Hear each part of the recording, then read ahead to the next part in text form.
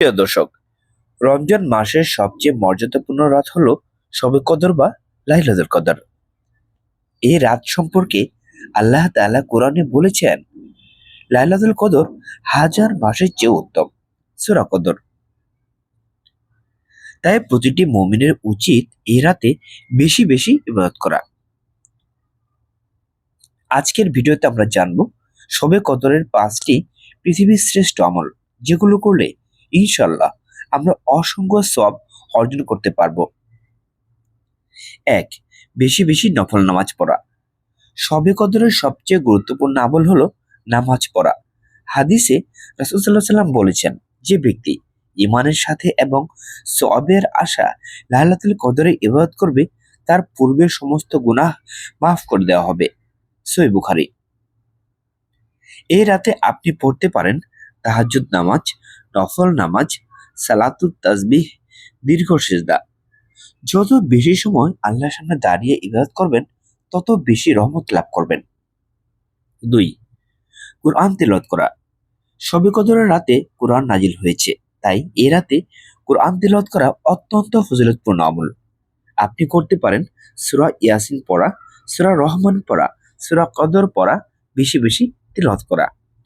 কুরআনের প্রতিটি অক্ষরের জন্য 10টি করে নেকি লেখা হয়। শবে কদরের রাতে এই সওয়াব হাজার গুণ বেড়ে যায়। 3. বেশি বেশি দোয়া করা। শবে কদরের রাতে দোয়া কবুল হওয়ার বিশেষ সুযোগ থাকে।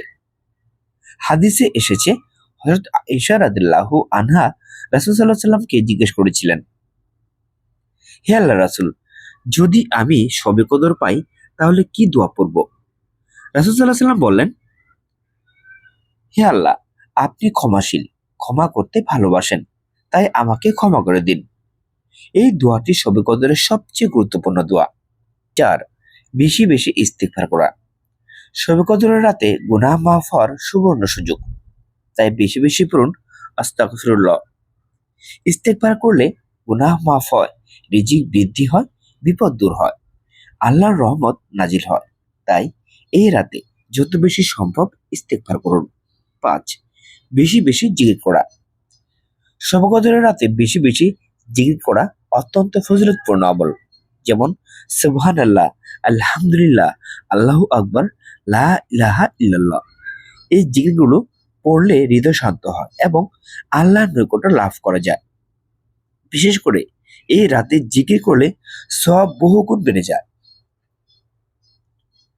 প্রিয় দর্শক, শবে কদর এমন একটি রাত, যে রাতের ইবাদত হাজার মাসের ইবাদতের চেয়েও উত্তম।